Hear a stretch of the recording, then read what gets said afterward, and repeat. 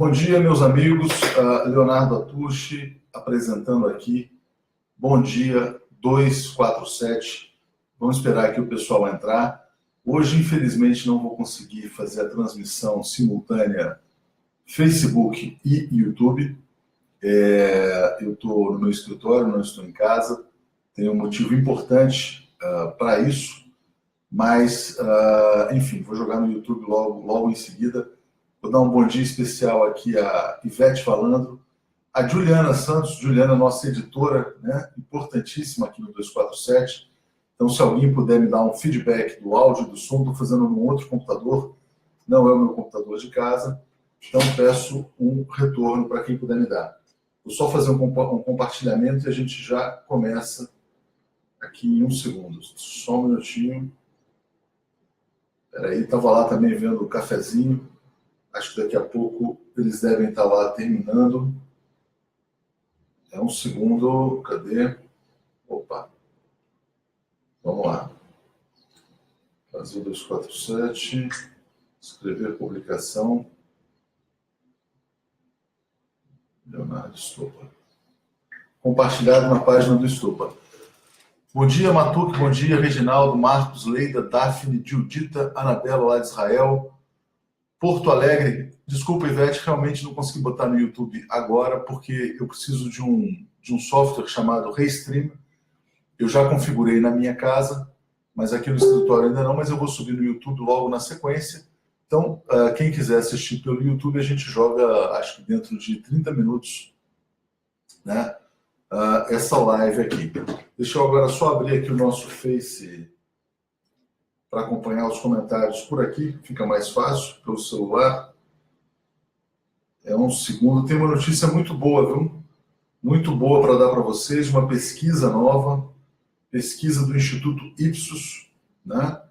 Que vai trazer resultados devastadores para o golpe e muito bons para o Lula, né?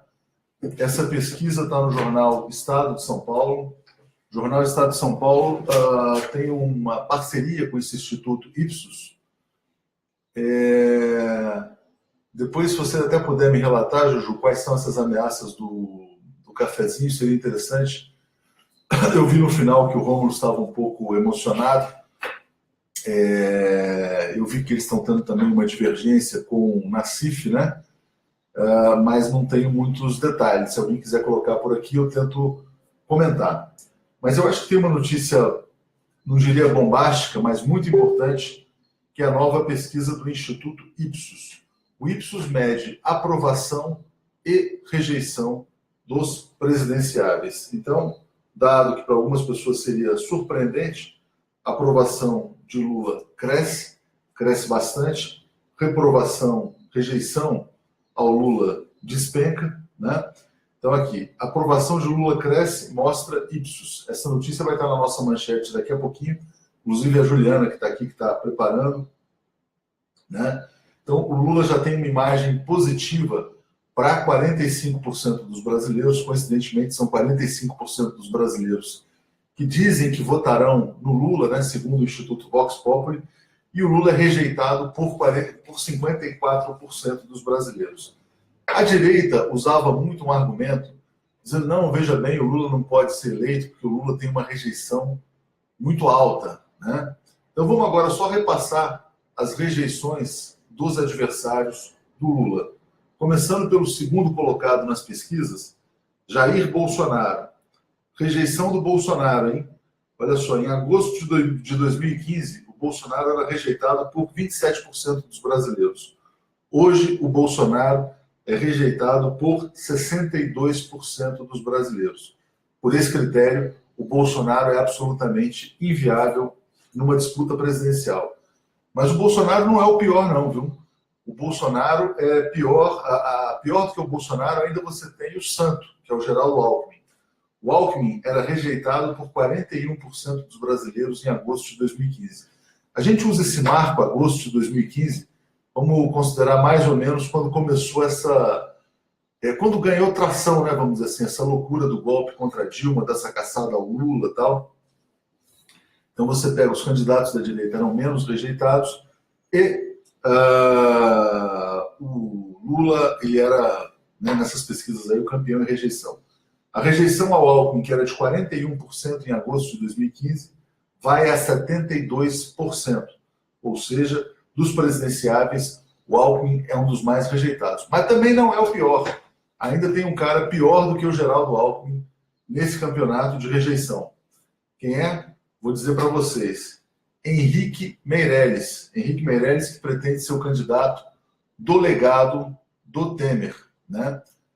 O Henrique Meirelles, que inclusive, vou falar aqui para vocês com franqueza, já fui muito próximo a ele, porque eu sou um jornalista da área econômica, né? Antes de ser um jornalista do campo político, cobri muito tempo o Banco Central, entrevistei o Meirelles 500 vezes, né? Mas nunca imaginei que ele fosse se dispor a participar de um governo golpista e também se apresentar como candidato de um golpe. Vamos lá contar então a rejeição ao Meirelles. O Meirelles sai de 44% em abril de 2016 e hoje é rejeitado por 75%. Né? João Dória, que já não é mais candidato, sai de 27% em maio de 2016, quando foi medido pela primeira vez, e vai a 68%. Então, todos esses caras que queriam se apresentar como os anti-Lula, o centro, tal, tudo mais, toda essa turma afundou. Bolsonaro, 62% de rejeição, Alckmin, 72%, Meirelles, 75%, Dória, 68%. Vamos passar, então, aqui para os dois candidatos que também estão no campo ali mais centro-esquerda. Não vamos dizer centro-esquerda, vamos falar do Ciro como centro-esquerda e a Marina eu já considero centro-direita. Ciro Gomes sai de 47% em maio de 2016 e vai a 65% de rejeição. Então o Ciro também está numa condição muito ruim para se colocar como presidenciável, né? A Marina vai de 40% a 62%. Então, todos os presidenciáveis, sem exceção, têm rejeição maior do que o Lula, né? O Ipsos também testou aqui a reprovação do Rodrigo Maia, que parece que o Rodrigo Maia, como diria o Brizola, está coxeando o alambrado, né, para tentar saber se ele pode ser presidenciável ou não. O Rodrigo Maia é rejeitado por 73%. Então, vamos colocar campeão de rejeição, Meirelles, 75%, Rodrigo Maia, 73%, terceiro, Geraldo Alckmin. Coincidentemente, os três alinhados ao golpe. Depois você tem Ciro e Marina na casa dos 60%, 65%, 62%, assim como Bolsonaro, 62%, e lá embaixo o Lula com 54%. Tem uma comparação muito interessante para se fazer com o Lula, nesse capítulo da rejeição, que é a comparação dele com o juiz Sérgio Moro, né? Olha que curioso. Em setembro de 2015, o Sérgio Moro era rejeitado por 33% dos brasileiros. Hoje ele é rejeitado por 53%. A rejeição do Moro é praticamente igual à do Lula, que é de 54%. Ou seja, estão no empate técnico, né?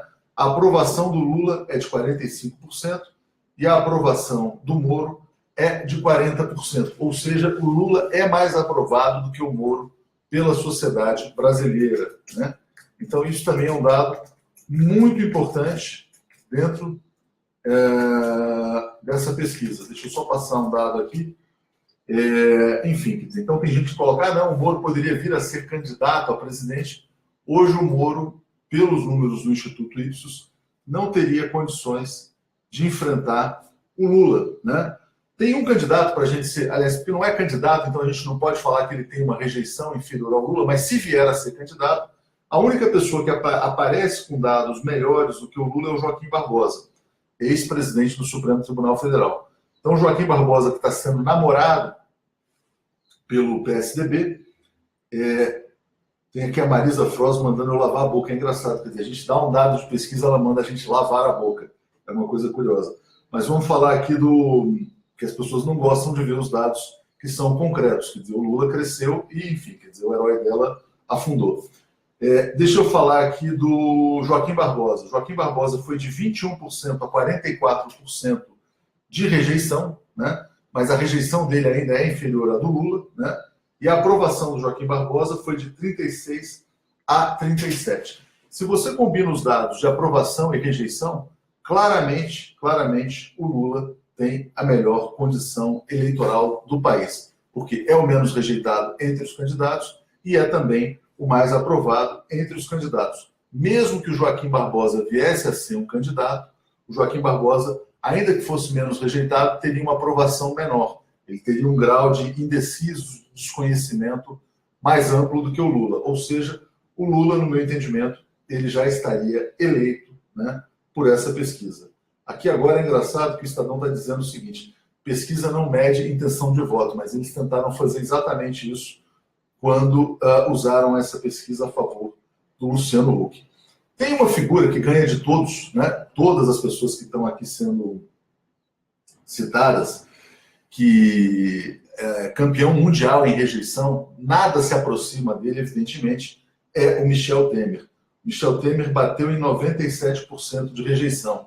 Ele está se aproximando perigosamente do 100% de rejeição. É aquele cara que, por exemplo, talvez nem a Marcela o aprove, talvez nem o Michelzinho, talvez nem a sogra, talvez nem as filhas, né, nem a ex-mulher. Quer dizer, é um cara que conseguiu ser odiado por todo um país. Por quê? Por razões óbvias, porque roubou a presidência da República, que pertencia à presidente honesta e legítima, a quem ele deveria ser fiel, mas que traiu, né?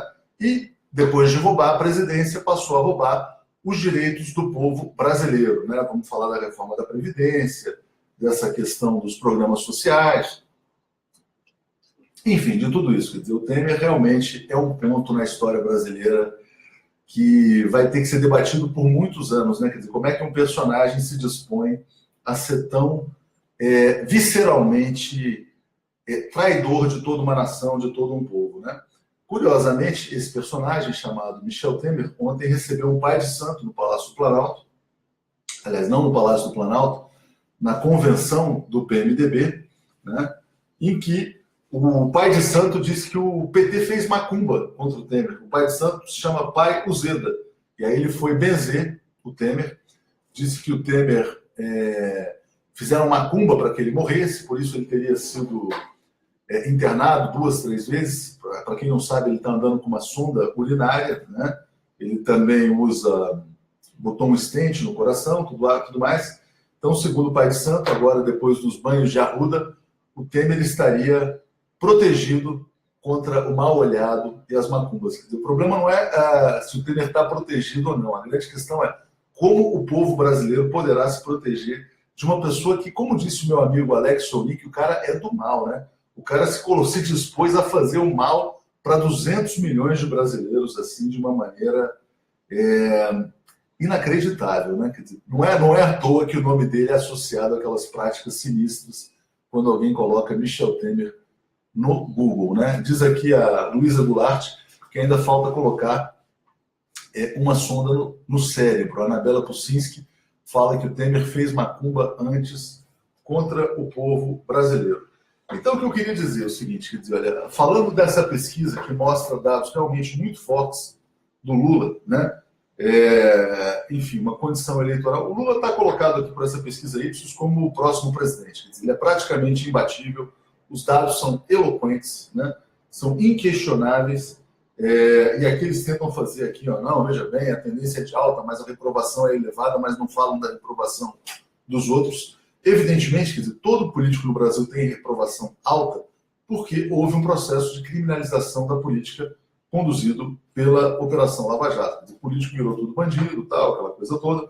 Evidentemente, quer dizer, o modelo de financiamento de campanha contribui para essa percepção pela sociedade brasileira, mas as pessoas se deram conta, estão se dando conta de que eram mais felizes quando o Lula era presidente do que são hoje, né, quando o Brasil é governado por esse espírito satânico, vamos dizer assim, né? Então,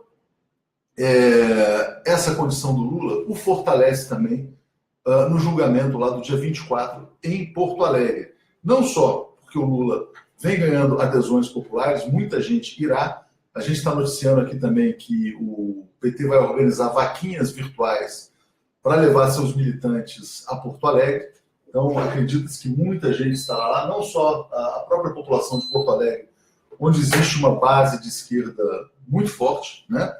E, fora isso, eu acho que foi muito importante o manifesto dos artistas e intelectuais divulgado ontem, que bate na tecla de que eleição sem Lula é fraude, né? Então, esse manifesto tem o Noam Chomsky, que é considerado talvez o maior intelectual da atualidade no mundo.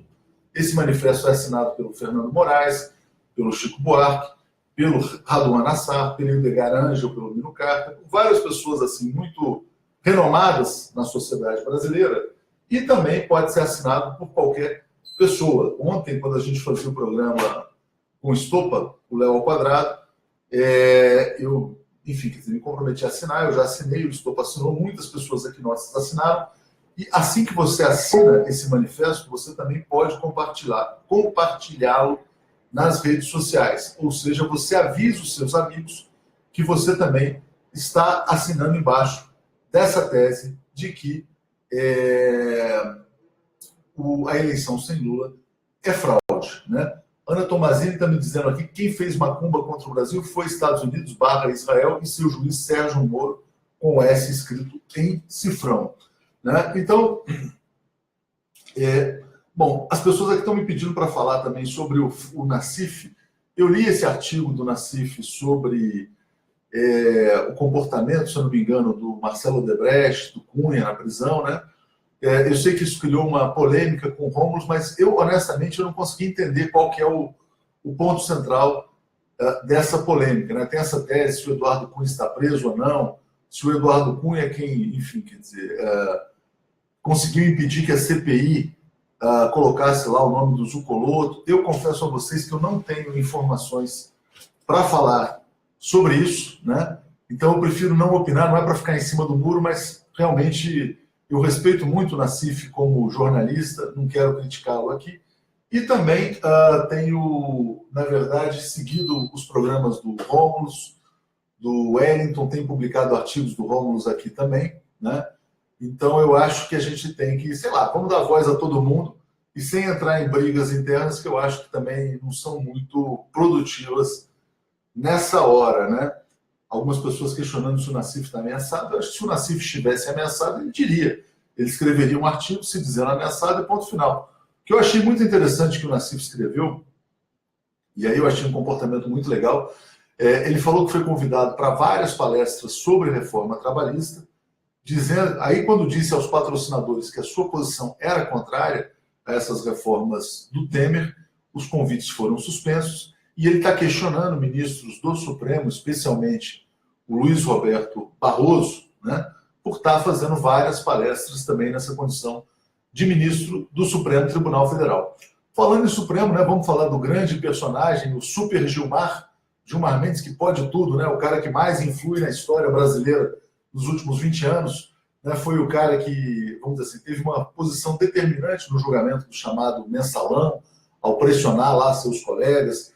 Teve também uma posição muito contundente, na verdade decisiva para o golpe, né? Quer dizer, ao impedir que o Lula tomasse posse como ministro da Casa Civil. Só para a gente rememorar, né? Se o Lula tivesse sido empossado como chefe da Casa Civil da Dilma, o Lula nem teria sido condenado, porque ele estaria sendo julgado pelo Supremo com foro especial, como está lá o Moreira Franco hoje, nem a Dilma teria sido derrubada, porque o Lula teria tido condições de articular uma base política favorável ao governo Dilma, à preservação da democracia brasileira. Então, o Gilmar teve um papel decisivo, isso é inegável e as pessoas não podem tirar isso da história dele.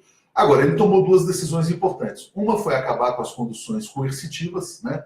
Isso está destacado por todos os jornais, hoje está no Globo, está no Estadão, está em todo mundo. O Globo, inclusive, está dizendo que a Lava Jato está em xeque. O Globo é quem lidera na imprensa brasileira esse movimento lavajatista, evidentemente, porque o Globo tem um interesse direto, que é a condenação, impugnação, inabilitação do Lula, né? Então, qualquer ameaça à Lava Jato é também uma ameaça aos interesses do Globo e aos interesses da família do João Roberto Marinho, do Roberto Irineu Marinho, porque, enfim, eles acreditam que a volta do Lula será prejudicial aos interesses da empresa. Então, você tem, quer dizer, na verdade, de um lado, Globo, Estado, lamentando essa decisão do Gilmar sobre as coercitivas. E você tem uma resposta dos procuradores, não apenas da Lava Jato, mas do MP de maneira geral, de que a resposta a essa decisão do Gilmar será mais prisões preventivas. Ou seja, em vez de simplesmente colocar no camburão para que as pessoas prestem seus depoimentos, essas pessoas seriam presas temporariamente, né, para prestar o julgamento. Então, eles estão ameaçando a decisão do Gilmar com mais violência institucional. Lembro a vocês que existe uma iniciativa do PT, da OAB, de outros partidos também, para que essas prisões temporárias sejam regulamentadas, para que também não faça sentido, por exemplo, se já não fazia sentido você conduzir os professores da UFMG, né, ou o canceler, faz muito menos sentido prendê-los temporariamente, simplesmente para prestar um depoimento para o qual eles não tinham sido intimados. A outra decisão do Gilmar, muito comentada também, é essa decisão do parlamentarismo, né, de você criar, e ele fala que apresentou como cidadão brasileiro, né? Esse semipresidencialismo do Gilmar, evidentemente, ele é mais um golpe, porque você não pode ter uma mudança de regime de governo sem consulta popular no Brasil. Lembrando que a população brasileira já foi consultada sobre isso e se mostrou presidencialista, né? Mas eu encaro isso até como uma coisa relativamente positiva. Se o Gilmar já está pensando no semipresidencialismo, que é limitar os poderes do presidente, talvez ele esteja considerando que não será possível banir o Lula das eleições. O Lula, que, como eu disse no começo da transmissão, hoje é o candidato mais aprovado e menos rejeitado do Brasil. O Lula, que é o cara que conta com um manifesto de intelectuais, artistas, de renome nacional e internacional, e o Lula, que por todas as pesquisas está eleito. Ou seja, e que vai ter uma multidão lá o defendendo em Porto Alegre no dia 24. Ou seja, se já estão pensando no semipresidencialismo para dividir os poderes do Lula com o primeiro-ministro, né, talvez o Lula realmente consiga ser candidato. Queria dizer a vocês que a gente vai ter informações muito quentes daqui a pouco, né? Eu vou participar de uma entrevista coletiva de final de ano com o ex-presidente Lula, pretendo trazer todas as novidades aqui rapidamente, talvez até numa live extraordinária, saindo de lá para dizer o que ele está efetivamente colocando, o que ele está sentindo. Isso vai acontecer nesta manhã. Assim que eu terminar, eu já vou para lá, vou só subir esse vídeo no YouTube e vamos ter as informações do Lula, né? Queria também falar sobre essa questão do semipresidencialismo, dizer o seguinte, evidentemente, quer dizer, isso aí é inconstitucional, e eu queria recomendar a vocês todos que assistissem a entrevista do professor Luiz Moreira, que esteve aqui ontem, deu uma aula de direito para todo mundo e explicou por que essa medida não pode ser adotada, principalmente para as próximas eleições, né? Tem mais um assunto aqui que eu acho que é importante, né? Muita gente ontem falou da decisão do Fachin. O Fachin tomou duas decisões, né? Numa delas ele recusou um pedido de suspeição formulado pelo Lula, e numa outra decisão ele também determinou o início da execução da pena do Paulo Maluf, né? Porque também tem gente que, sempre nessa linha conspiratória, dizendo que a eventual prisão do Maluf poderia ser um prenúncio para a prisão do Lula, né? Porque o seguinte, seria muito desmoralizante para o país, o político mais admirado... Meu último ano teve só 67 dias. Desculpa, o político mais admirado do país preso, né? E o Maluf, que é o símbolo de corrupção, solto. Não acredito nessa tese, mas, enfim, de qualquer maneira, é importante as pessoas estarem antenadas, né? Marcelo Zorzi aqui está me lembrando que o tijolaço destruiu a fumaça do Gilmar. Rômulo Maia está assistindo, queria dizer aqui para o Rômulo, obrigado sempre por estar mandando o público do cafezinho para cá. Muitas pessoas aqui me pediram para comentar essa questão do Nassif com vocês. Eu não me sinto à vontade para comentar porque não tenho informações e também porque eu acho que não é o momento de você ficar provocando divisões no campo progressista, né? Eu acho o Nassif um grande jornalista e acho também que o Rômulo e o Calazans têm feito um grande trabalho, né, na defesa da democracia no Brasil. Vi que o Rômulo se emocionou, então sou solidário a você aqui também, Rômulo, pelo que você tem sofrido por estar fazendo o trabalho que faz, querendo dizer a você que o seu trabalho é muito importante, assim como o do Calazans. A Ana Tomazini está aqui te parabenizando aqui na página do 247, né, também. Então, aqui, ó, a Gisele Machado me diz, não há briga alguma entre Rômulo e Nassif.